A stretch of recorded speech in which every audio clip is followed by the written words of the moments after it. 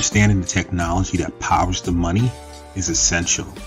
Knowing the business drivers that inspire how the money is made is crucial. Bridging the gap between the mind of the technologist and the mind of the business is monumental. That is what TBF is all about. Let's start this never-ending conversation. It's time.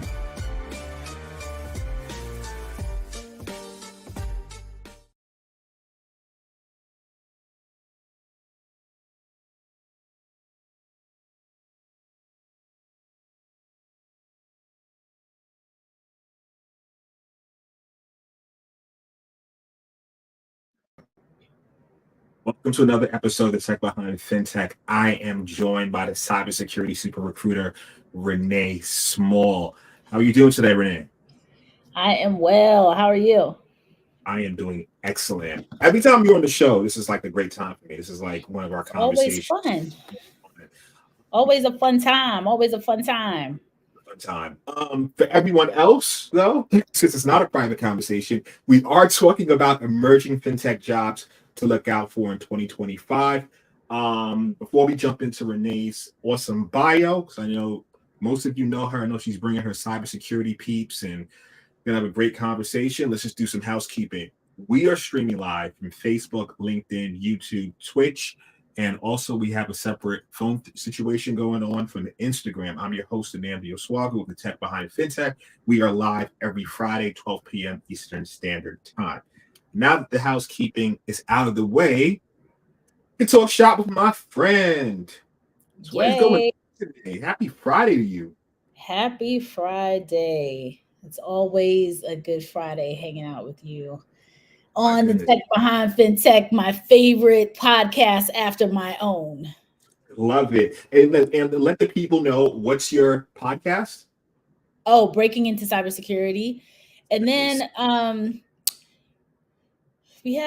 we're cooking up ideas for a bunch of different podcasts. So more to come. And it's super cool book project that I'm working on. So I'll drop that little nugget too. So I'll be back probably in a couple of weeks if you have availability for me to be able to talk about that, that'll be fun. We will figure something out. Okay, let me get into your bio. So for those that don't know you, they're going to get to know you, and then we're going to talk shop.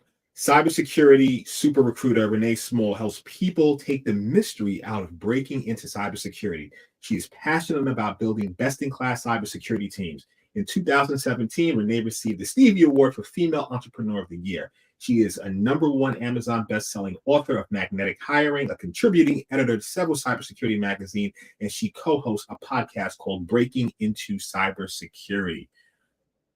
Oh my goodness, always loved reading that. It's good. It's so cool. For those that don't know, I do good things. You do good things. For those that don't know, Renee and I go back a long time. I'm not gonna talk ages, but we go back to high school. I'm not gonna mention years though, but I understand this is a long-standing relationship here. So I always love talking to her. We talk a lot offline, so anytime we're online, it's really like our own private conversation, and you guys happen to just be listening in on it.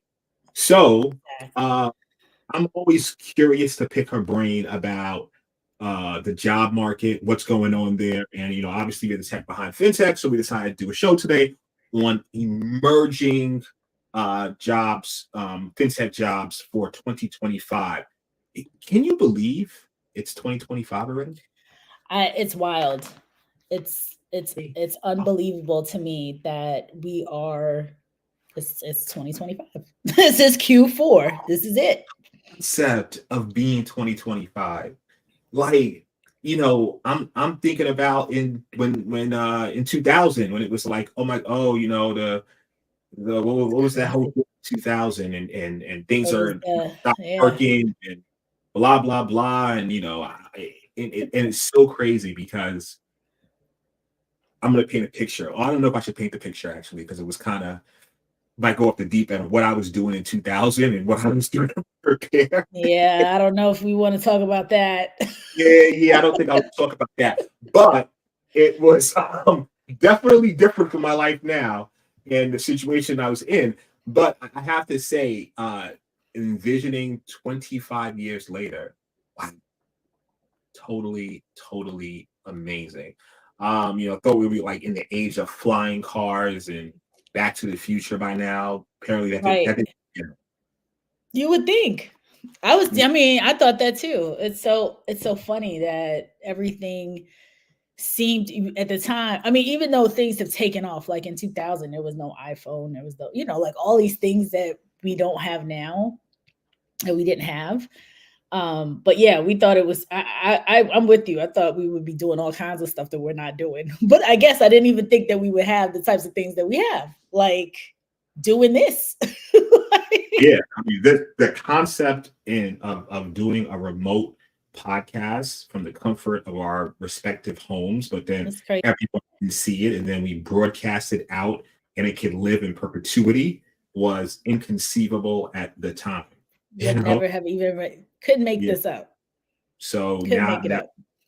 doing it from the comfort of our own homes, which is very interesting. But you know what? FinTech. I want to paint a picture of numbers before we jump in. You know me, I Okay. like every time you're on, I feel like I like charts. I like charts. And for those who are listening to the podcast, I'm gonna do my best because we're visual here because we're on video, but if you're gonna listen to it in the future, I'll do my best to describe what I'm looking at. All right. Renee and I always say, follow the money. You want to get the answers? Follow the money. Follow the money train. Follow the money. So what I'm showing is I think when you start getting into jobs, money has to fund those jobs. So usually with fintechs, you see the VC investments go up at times, then you see hiring going up, you see more technology investment and so forth. So on that note, I have a chart here in which we're looking at the last 5 years. I'm going back to 2019 and the amount of funding that went into the fintech market. So we have in 2019, it was 12 billion.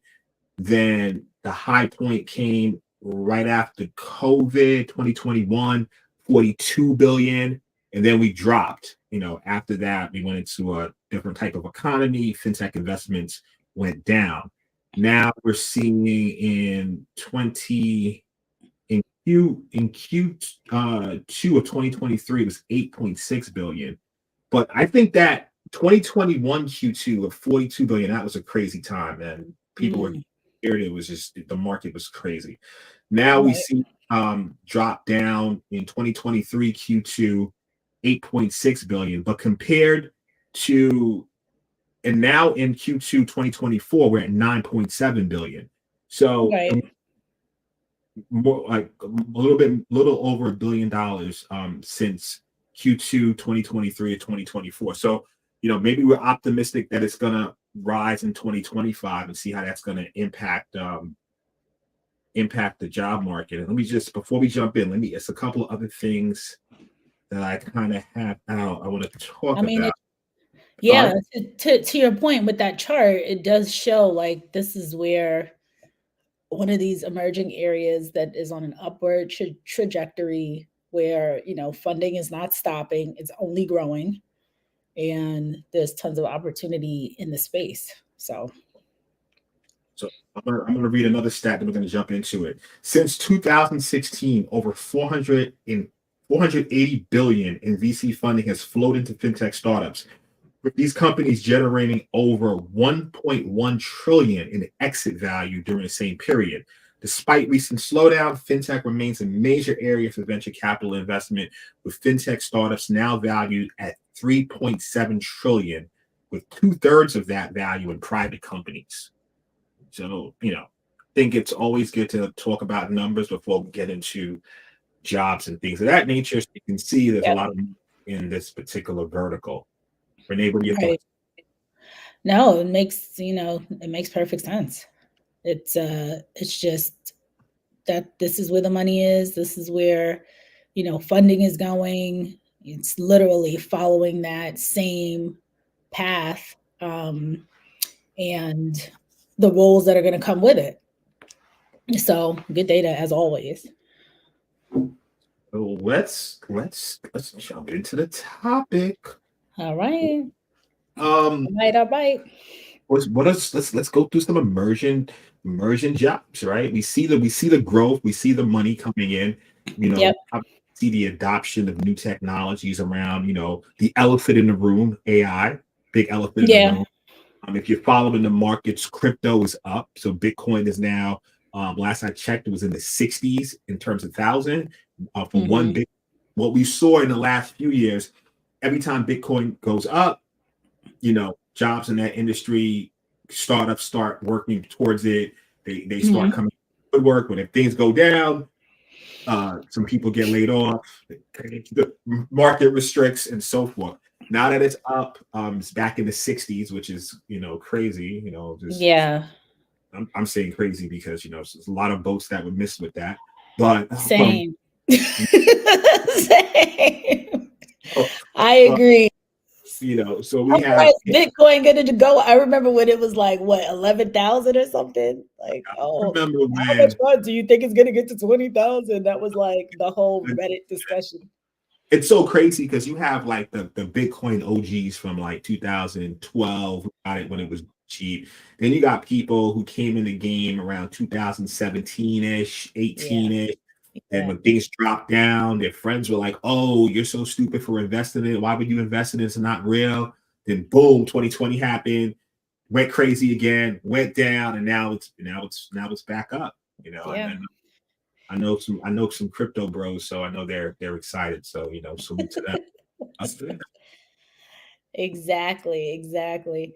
So, some of the some of these roles, as always, being the cyber super recruiter in multiple different arenas, keeping up with the new technologies and new tech careers is something that is like constantly on my mind. Like and talking to leaders and talking to managers pretty much on a daily basis to say, what's upcoming? What are you looking for? Like what's new in the industry, what's new in the field, and what skill sets should people be focusing on? So some of the things, there's always broad, and we'll, jump into the consistent, like communications is always a skill you got to kind of build and all these things. But some of the most sought after positions, especially in that kind of entry to mid-career right now, social media analysts. So we're talking about emerging, right?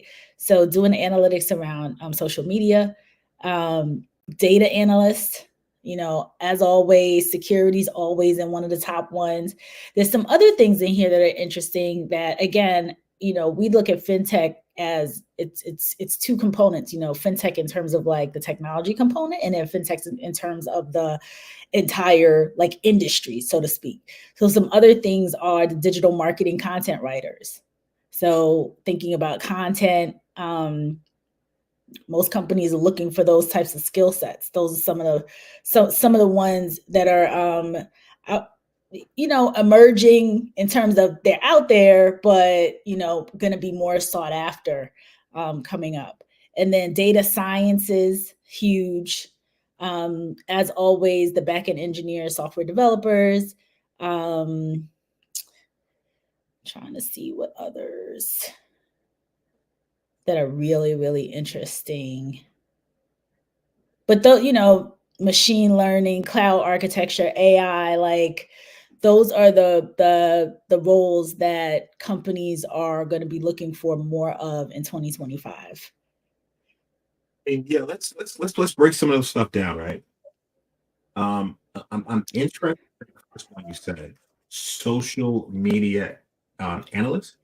Because I mean, if we take a step back and really like let's think that through, right? Tons of data on social media, tons of just in general, I would say tools being created to harness that data for certain investment decisions. Like, it's not necessarily, oh, I'm going to get what this person said, but just general market sentiment.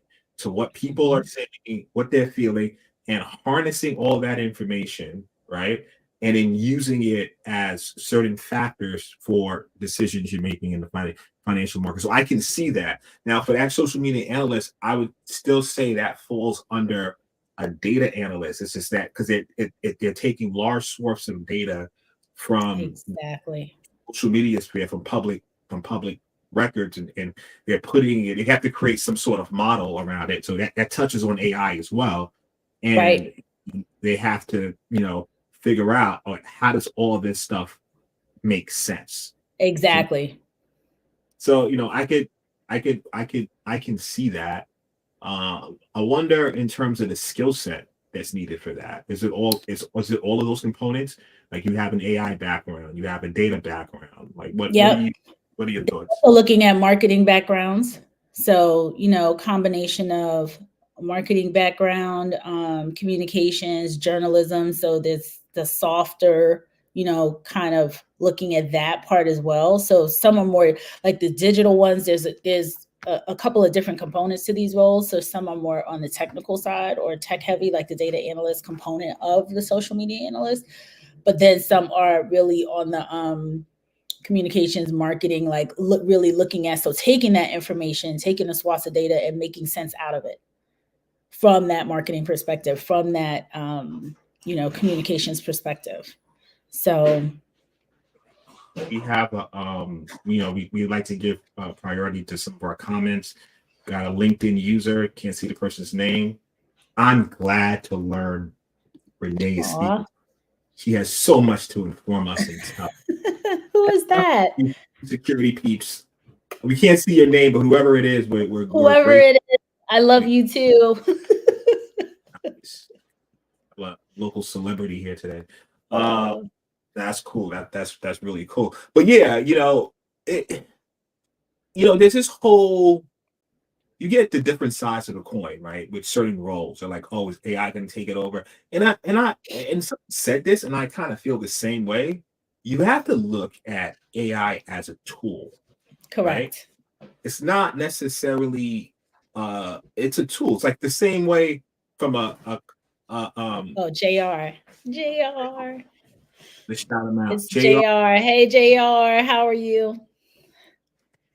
It's a tool. So it's like you're on a horse and buggy, now someone gives you a car, right? The car, not necessarily it's replacing the horse, yes, but it's not replacing you. You're now using the car to do right. Things. It's the different type of transportation. It's kind of to your, that's such a great analogy. Like, you still needed, someone had to, like, they had the horses, right? And so someone had to drive the buggy, right? So you had to have the skill set at that time to, you had a horse. I'm assuming you had to have skills in just, taking care of horses, because if anything went wrong, you had your horse you had the horse was the power, right? That's where horsepower came from. So you had to be, well equipped in understanding horses and horse health and all that kind of stuff. And then being able to maneuver this buggy. So that you had those two skills. So you had, like, the driving, I guess, skill of that. And then the, getting the horse to go where it's supposed to go. And then you had to take that skill and turn it into, how do I learn how to drive an automobile? So it's not that it's going to take that. It's, it took, quote unquote, that job, but it's not replacing, like, you still need a person up until, now, to be able to drive the vehicle to get you to where it needs to go. I like this analogy because it's a great analogy. Right. So now you still need the person, but that person needs to have a new skill set. Yeah. They need to understand, okay, how do we drive the car? Right. Right. Now, is it possible that the same person that was operating the horse and buggy can now operate the car? That same person can, but they need to be train themselves to now operate this vehicle. And now they could also now, as they learn how to use it, they can now maximize the benefits of it. Obviously, they can go further. They don't have to do certain things with maintaining the horse. They still have to maintain the car now, or someone else can, but they need to understand what's wrong. So it's a whole skill set, but you still need the person. Right.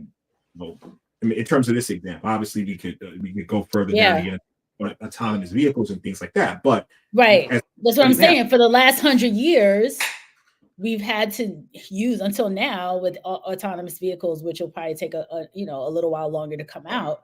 For the past 100 or so years, you needed someone to operate the vehicle.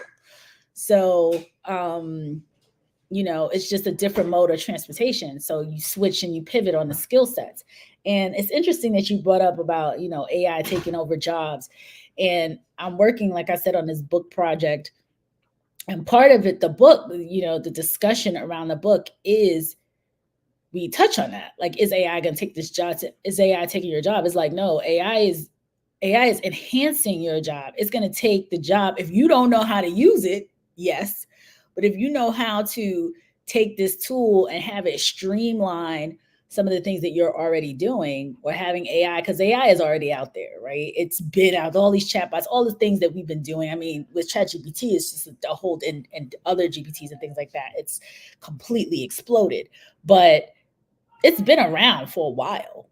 It's just, in a different capacity now. So people are like, oh my God, jumping up and down.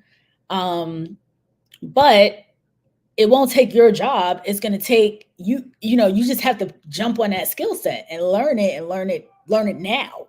Like, don't wait and be the last person getting a cell phone, years later because you believe whatever. Like, you don't want to be that last person. You want to be on the forefront, understanding it, being the first with, like I always say, the people who are, because these technologies turn over so fast, it's always something new.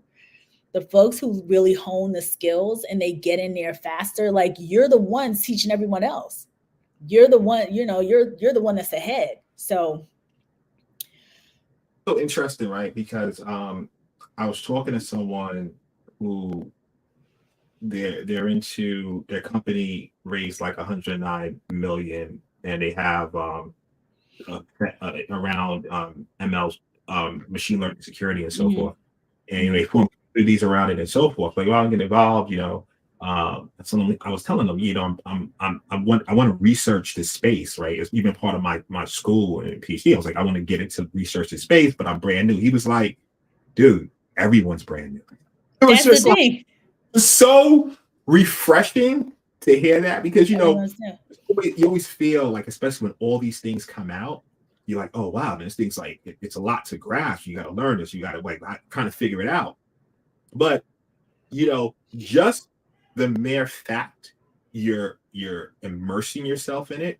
And I think, on that note, I think communities are so important, because you just want to like immerse yourself in it, see what's out there. Obviously, you're going to have people who are experts in it, but the mere fact that you're part of that, you're in the conversation, right? And then you take that and start learning on your own, which is so important, especially when we start talking about some of these new skill sets. So, I mean, I think, that's like a tip I would tell people. I mean, we're going to be talking about emerging jobs and so forth, and submerging, meaning it's brand new. If you're interested in it, find out what communities support it, and see how you can get involved with that community. It's relatively simple. You have a lot of professional organizations. You have, and if you look at one of our previous shows, we had Gabriel from Finos on, and he's talking about open source, and it was interesting a part that he said in which, how you get involved. And not every role is a developer role. It's still needed. You can get involved in the community in different ways, and you could contribute to in different ways. They're not all necessarily coding. So I think a lot of people get hung up with that in terms of, well, I'm not that technical, I can't do this. Yeah.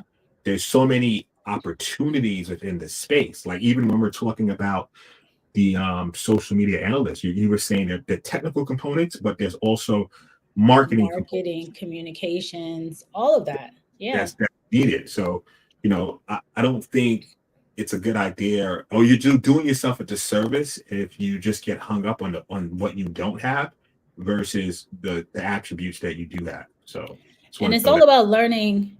You're absolutely right. It's all about learning it's learning how to learn.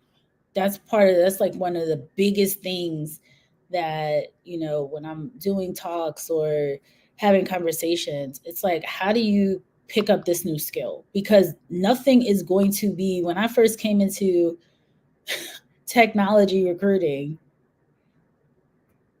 I'm trying to think of what skill sets, because Java's still around. So Java developer was a big thing. But like when you think about what was huge back then, database admins, and like there were all these things that at the time, nobody's really hiring for that stuff now. Like you don't really hear some of these skills. You probably, I mean, who's back then there was C. Is anybody developing in C? There may be a couple people, but like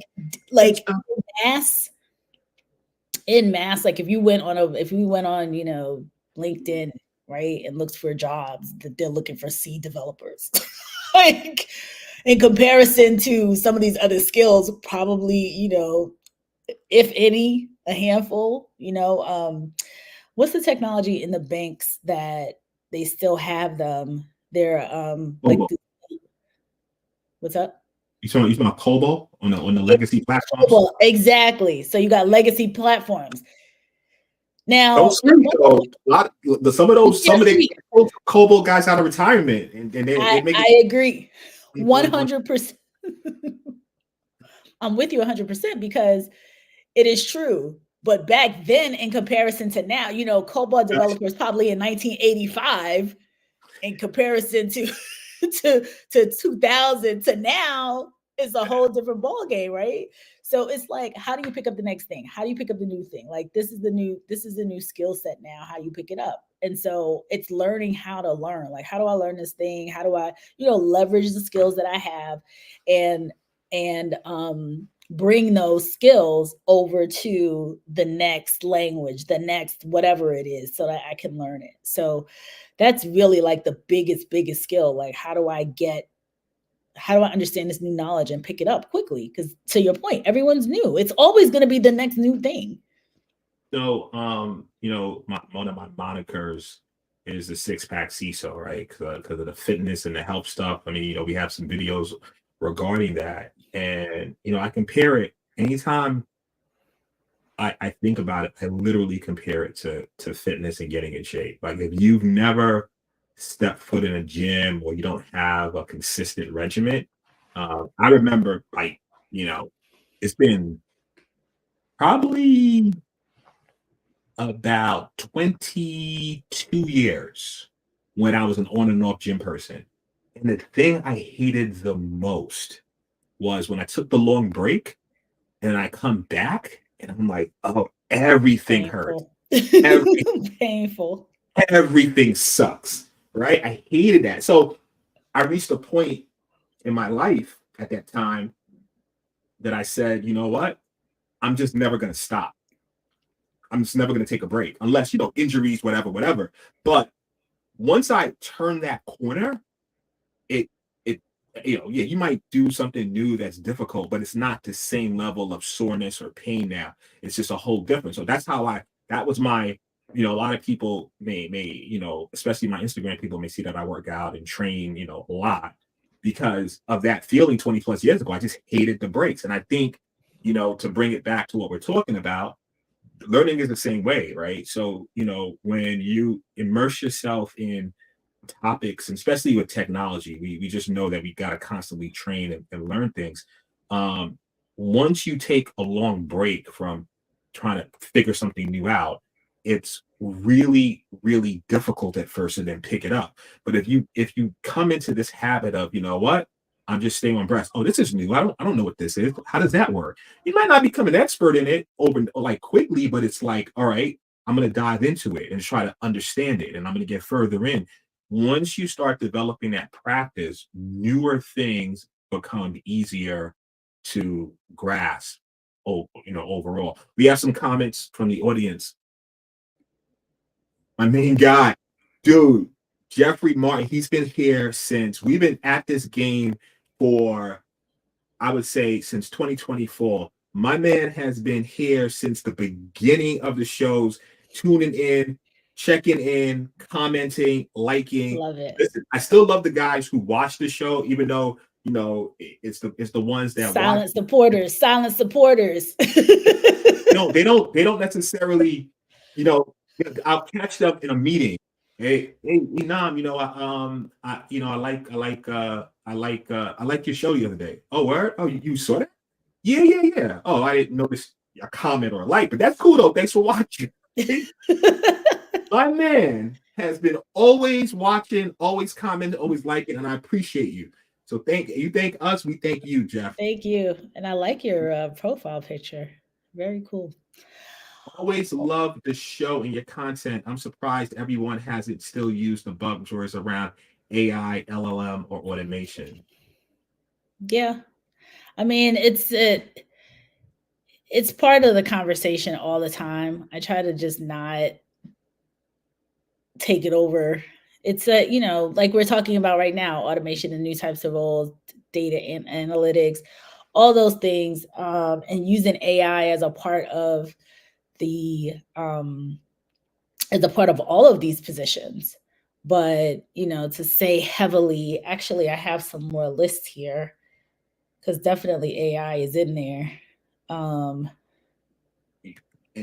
you know what? While you look for that, I want to say some other stuff, right? So there's been like if we start looking at trends, right? Rise of digital banks, embedded finance, regulatory technology.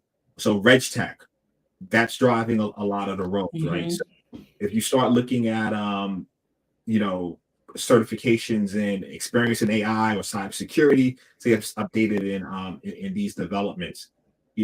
Another thing, like when you start looking at partnerships between fintechs and traditional banks, what would they play in creating new job opportunities? And we were just talking about before, collaboration between fintechs and legacy banks, creating new roles, focusing on integrating new technologies within the traditional frameworks. So that's one of the things that we touched on slightly in our conversation. Renee, you were about to say something. No, I looked at a couple different, as we were doing research for this program, different arenas, and some of the ones they talk about the high paying. This is a Medium article. So about top 7 high paying tech jobs for 2025, and as always, security cloud solutions architects. So your architects, your security engineers, cloud engineers in particular, data scientists, cybersecurity engineers, and voila, AI ML engineer. It's always one that's going to be in the mix. Full stack developers, always, there's always a development role involved. And in this one, they talk about product management.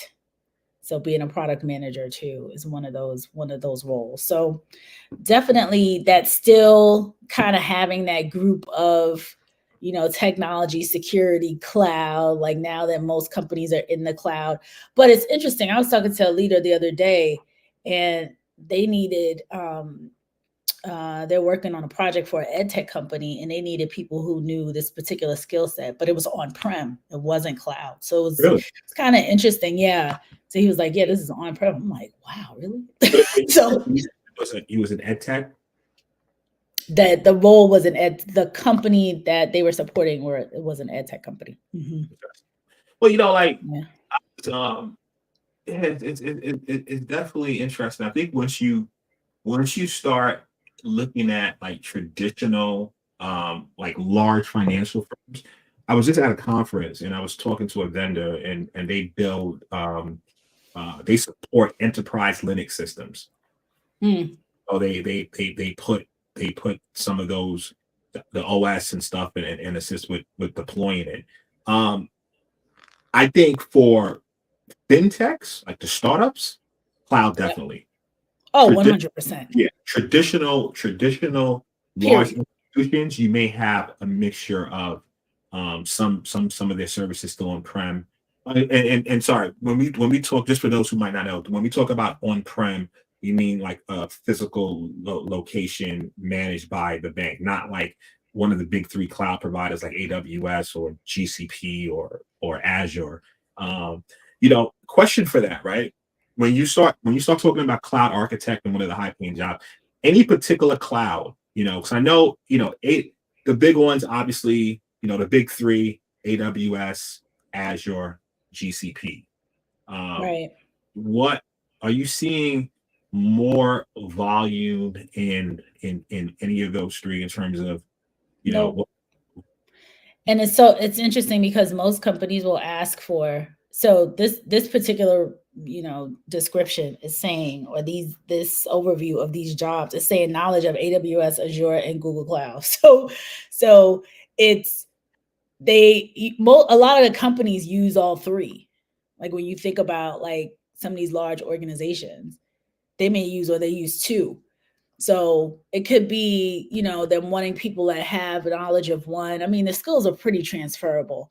So if you have knowledge of one, you more than likely could use another one. So, you know, from experience, like once you, it's interesting, right? From now, you know, taking my host hat on and putting on my engineer hat, right, on another hat.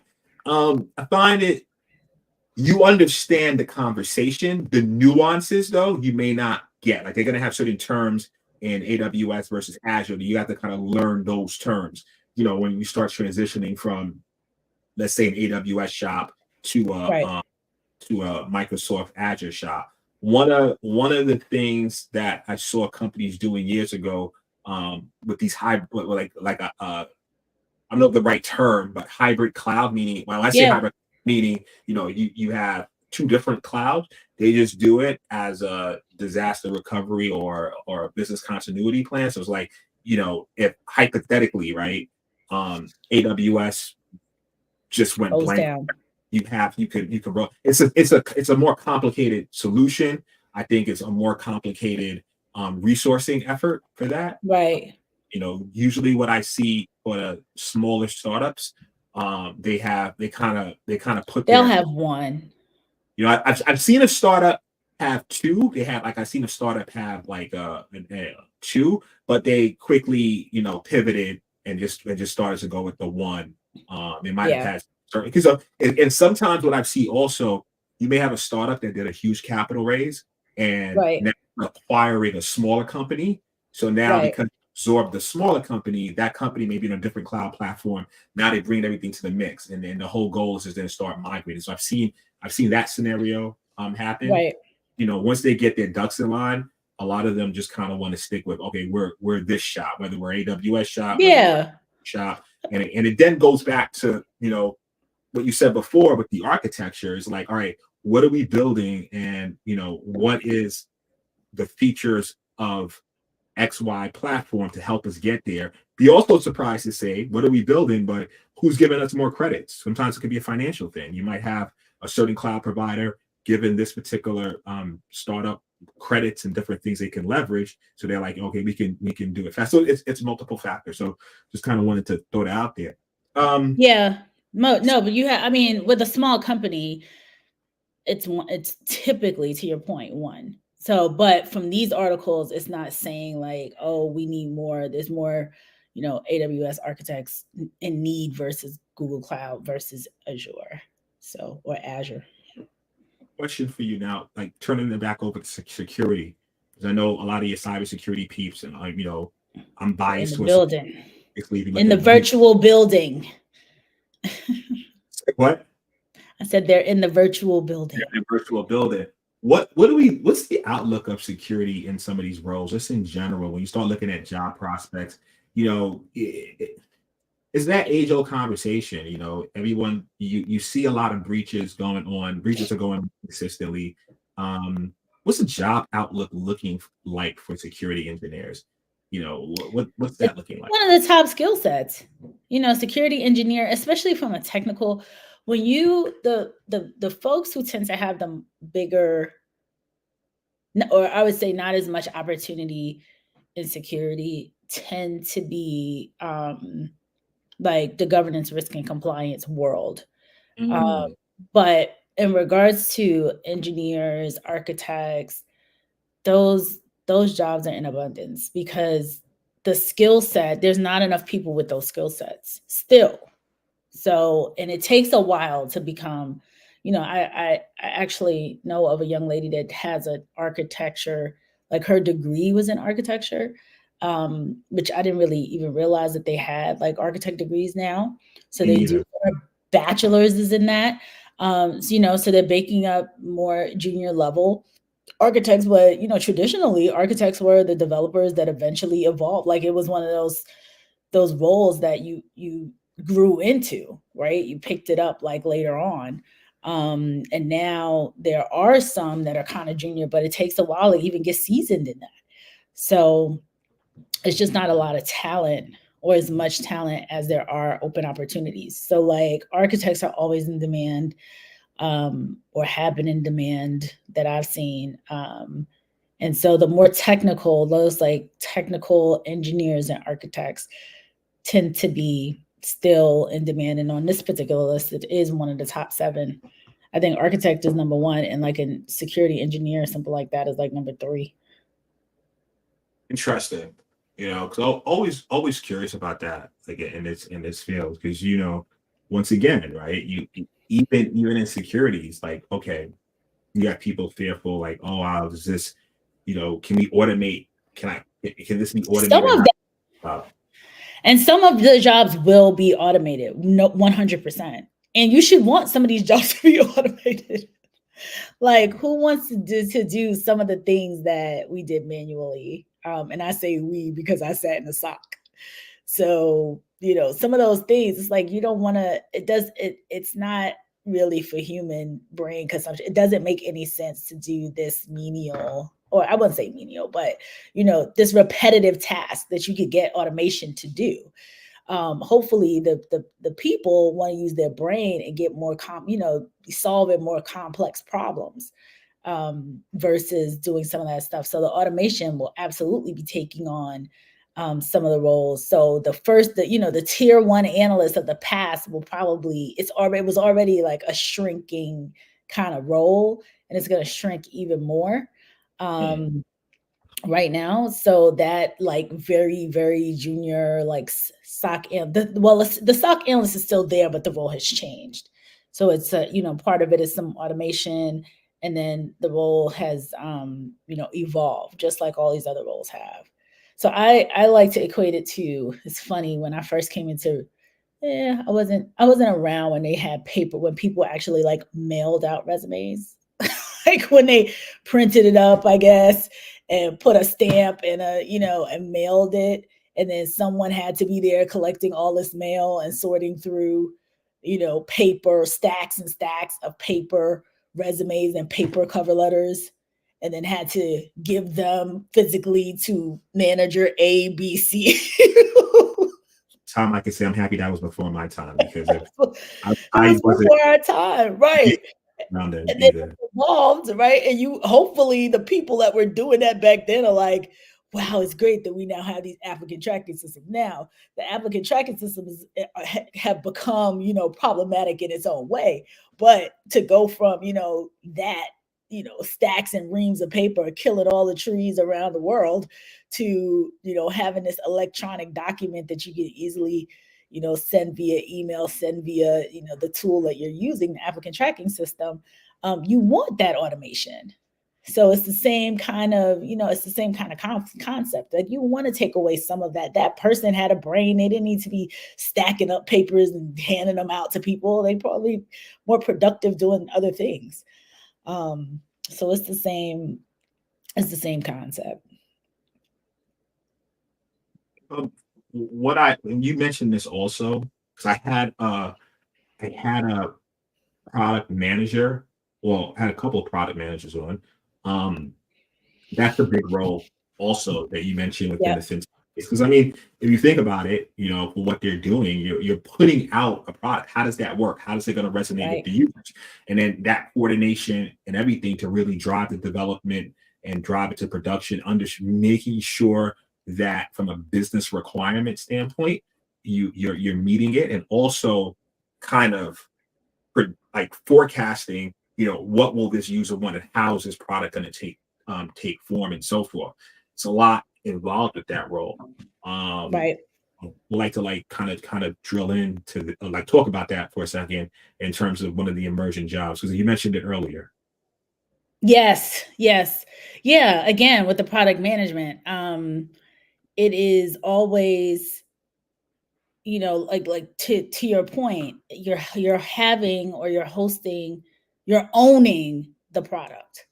and how does it interact with all these other, roles? And it's a big role, because initially I didn't fully understand what the product manager role was. And then until, somebody says to me, no, I own this product, like this is my product and I own all of the swim lanes, everything that's involved.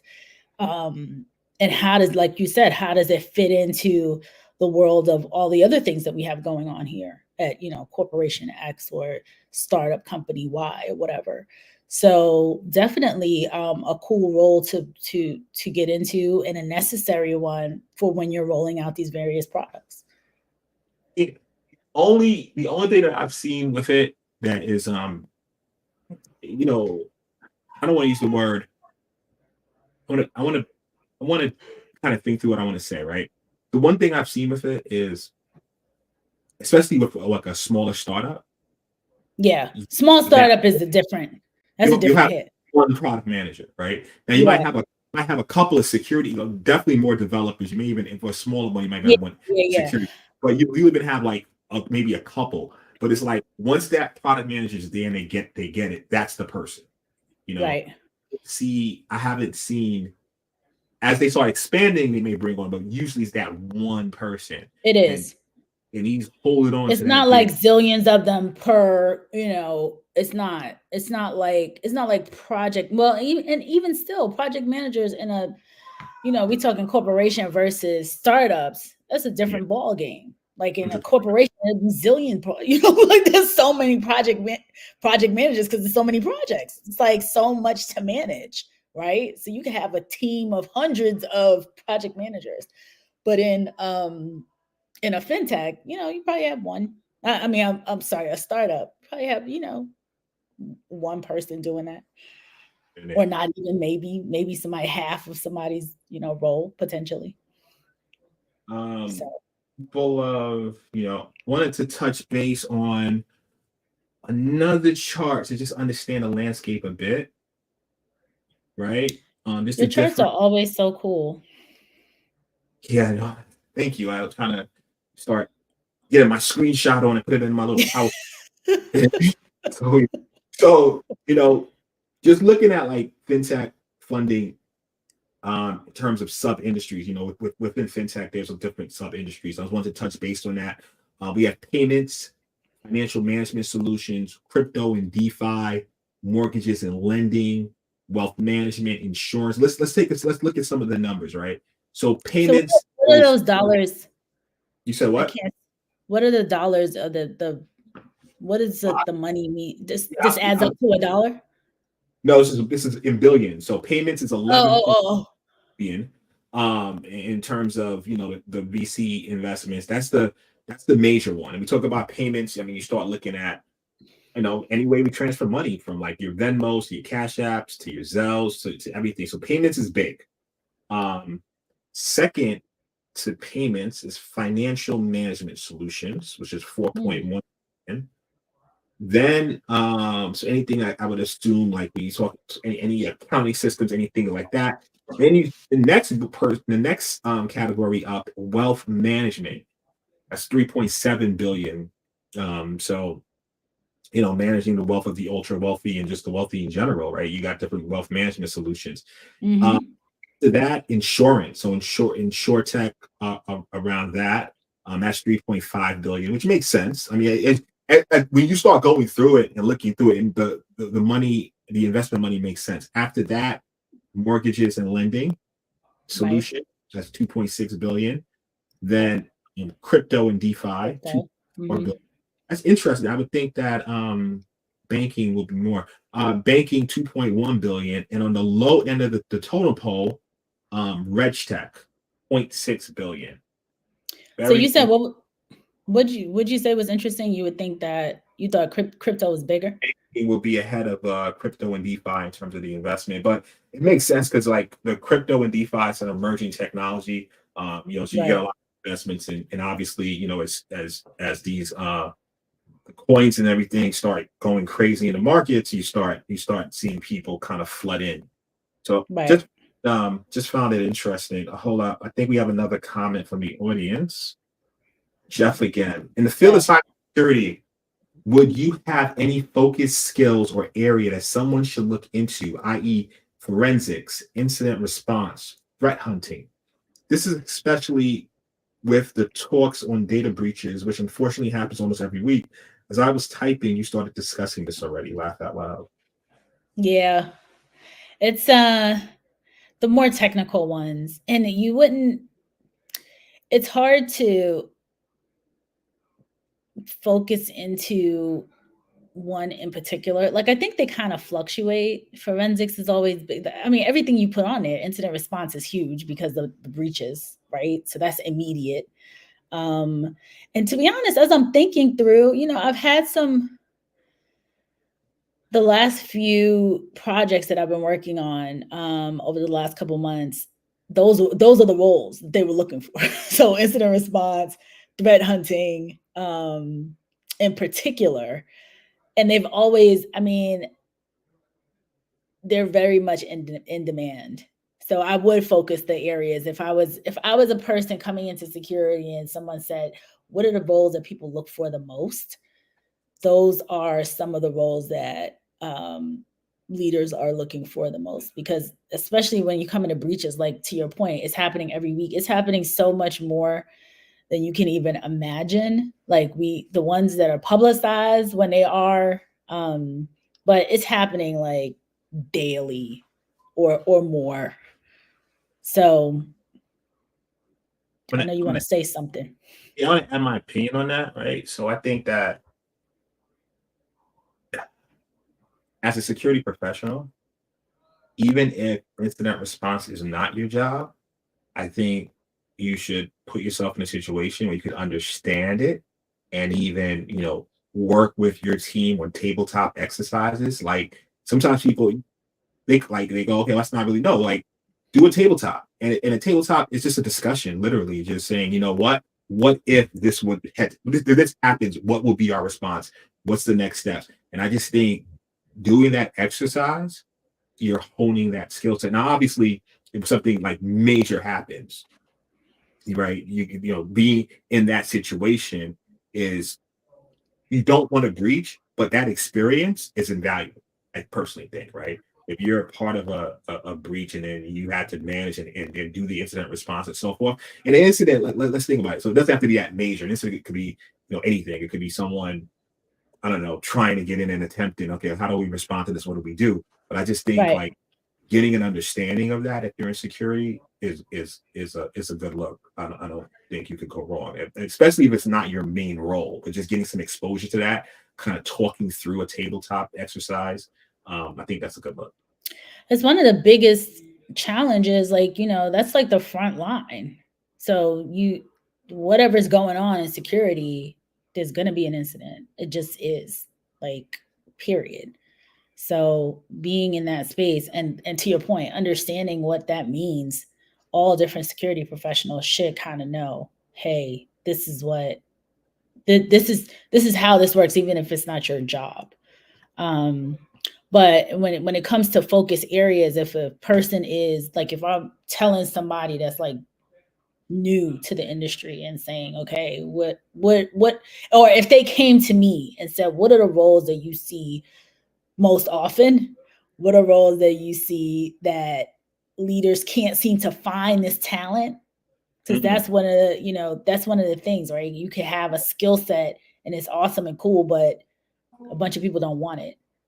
More often than not, when I'm getting a phone call, is about something to do with incident response, something to do with identity and access management, something to do with threat hunting was kind of not as often, but incident response, it used to be left and right, like security architects. So it's certain roles that when a leader comes to my organization and they need help and they want to, because we're not cheap, so they spending a lot. It's like, we can't figure this out ourselves. We need to help. We need you to help us find this talent. These are the roles that they look for. So if someone's going to come to me and say, hey, in your professional opinion, I'd be like, go learn this stuff, because this is what's most in demand. They pay a lot, and they can, over the years that I've been doing this, don't seem to be able to have enough talent and can't find it themselves. So Like, I don't get roles for GRC people. Doesn't really happen because there's enough people floating around out there. You know, the market is kind of flush. When some of these degree programs that were coming out, like the I don't want to name any names in particular, but like non-technical cybersecurity degrees, that's the kind of stuff they were teaching. So policy and, you know, governance and risk and stuff like that. So many people got these degrees and they had the skill set in that area, but you know what, they don't need that many of those types of people. And those people tend to be able to, you know, there's enough of them for a company or an organization to not need help finding that type of talent. Not to say that that's not a good role to get into, but if you were to ask me, hey, where are these people, where's the money and where's the supply and demand, where's the demand, I would point you right back to incident response. You know what's interesting? And I just thought about like another show, which would be it's like a you know, from looking at ways we used to do marketing and titles when me used to read all those books on, you know, how the tabloids work, you hooked in. Right. Let's do a show on the least in demand jobs in cybersecurity. I think that'd be interesting. That'd be really interesting. Really research it, come with real numbers behind it, and just say, okay, and then you know, least in demand. And then if you are in these least in demand roles because you're not getting hired, how can you pivot into something that's a little bit more in demand? Like what are just transferable skill sets? And I think that could. Yeah, because you sent an article. Didn't you send me an article recently about someone that couldn't get a job? Like they had like this degree.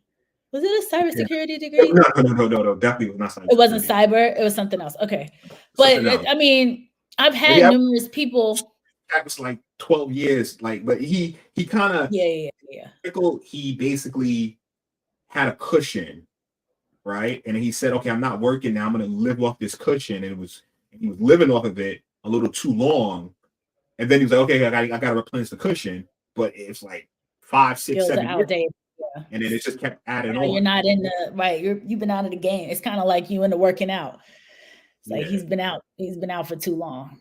It's a whole other situation. But to your point, there's some degree, there's some, you know, some it breaks my heart actually to hear from some people who would be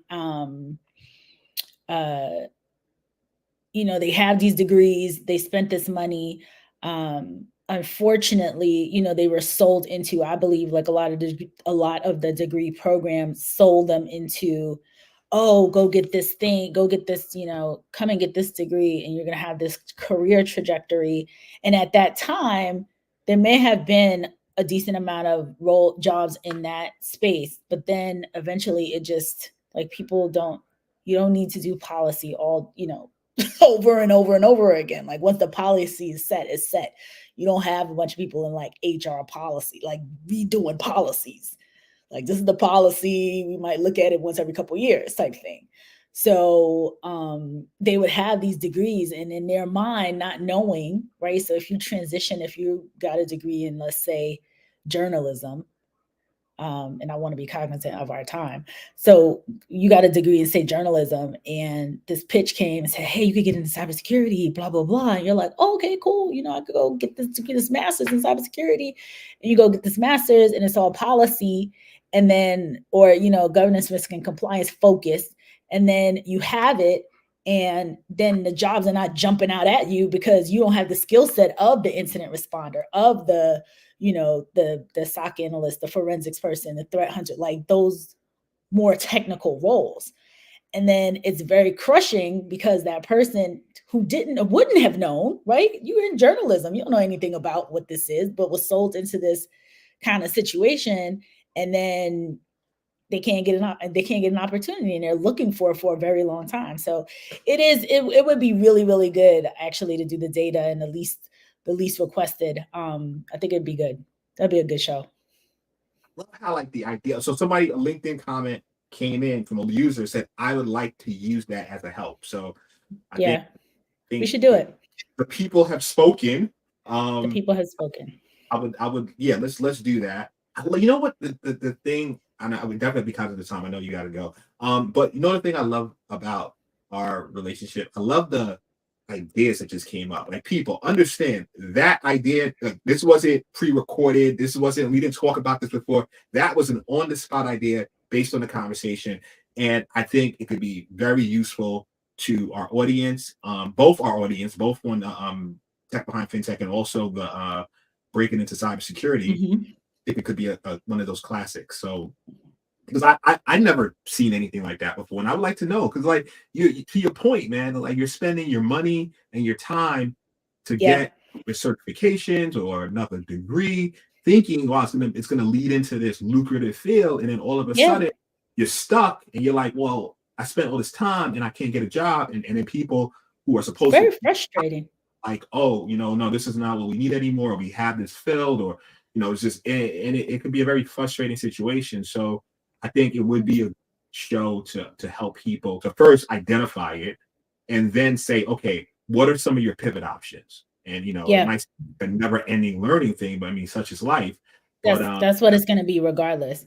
But it is a frustrating space, because leaders sometimes, and I have to push back on some of these leaders that will say, well, they don't have this, and this. And I'm like, well, it's not like they knew. Like, when you go to college and you go to grad school, and there's a level of research, but you don't know. If I said tomorrow, okay, I want to become I don't know,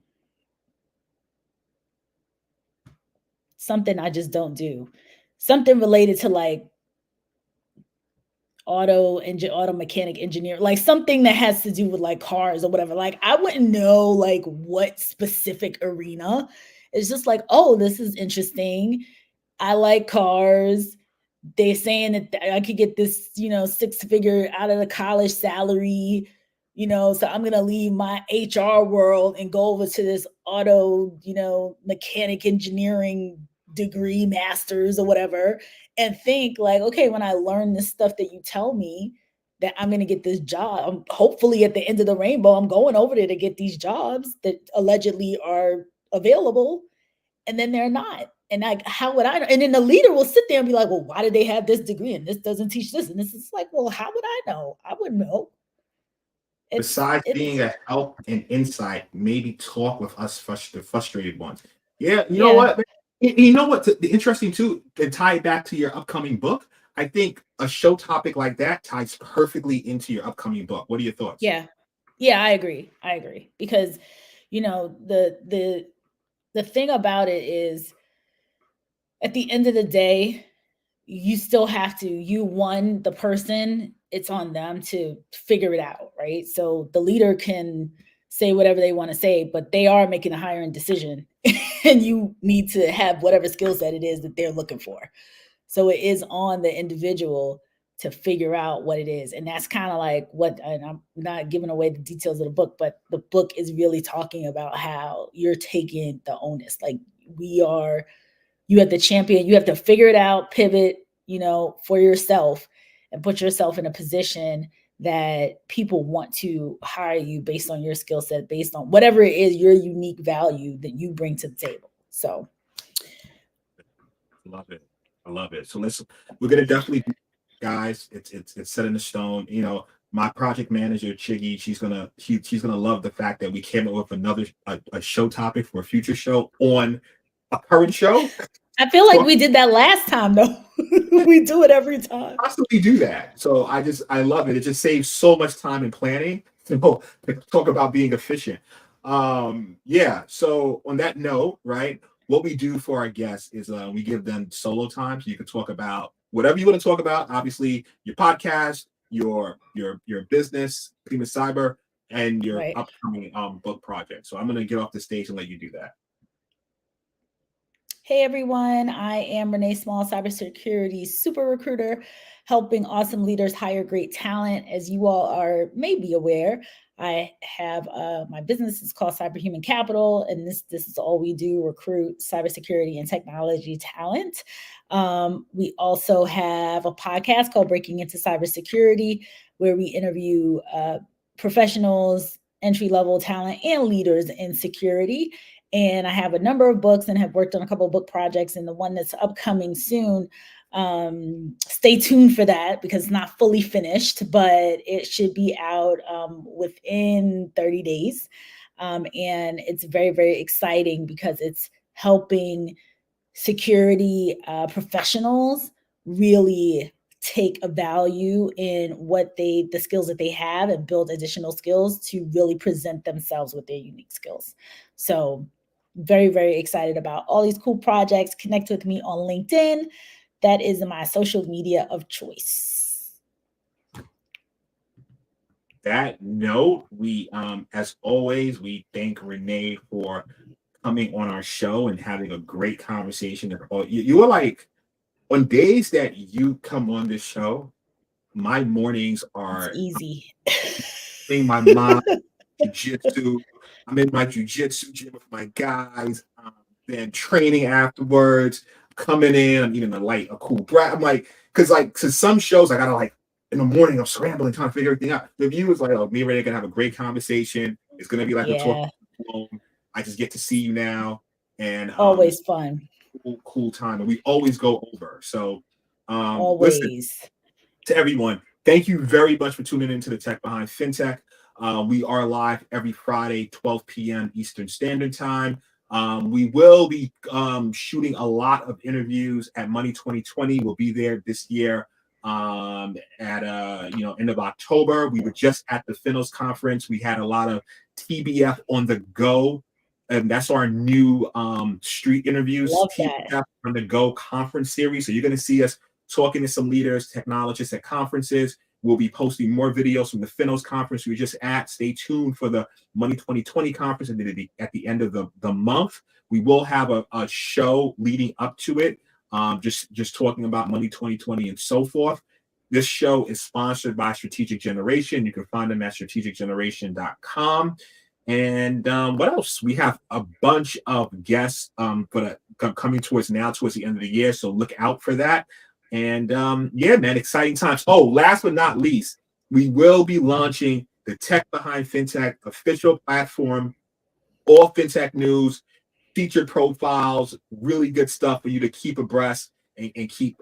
So we're launching that within the next 2 weeks prior to Money 2020. So it'll be a new revamp on the site, totally different. It'll be a whole platform. So now you'll get your FinTech news, you'll get your featured profiles, you get your FinTech directory, a whole bunch of stuff, everything around FinTech. techbehindfintech.com. We should be launching within the next few weeks. I have to mention that. And on that note, I wish everyone a very exciting and happy, spectacular weekend. Thank you for closing your week off with the Tech Behind FinTech. And I love the smile. What's the smiles for? So funny. Yeah, I'm listening to you. A spectacular, wonderful. I'm like, I can't wait for this weekend to start. Yeah. Okay. So much. Have a great weekend. On that note, my last thing, I want to thank everyone for the messages, the DMs, for watching, the comments. Whether you watch the show live today, whether you watch it tomorrow, or whether you watch it next year, we appreciate your support. Even if you don't like it or comment, still appreciate your support for watching it. Really, that really means a lot to us over at the Tech Behind FinTech. So thank you. On that note, we are out. Cheers.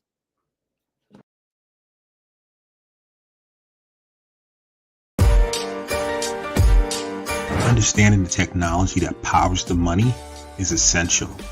Knowing the business drivers that inspire how the money is made is crucial. Bridging the gap between the mind of the technologist and the mind of the business is monumental. That is what TBF is all about. Let's start this never-ending conversation. It's time.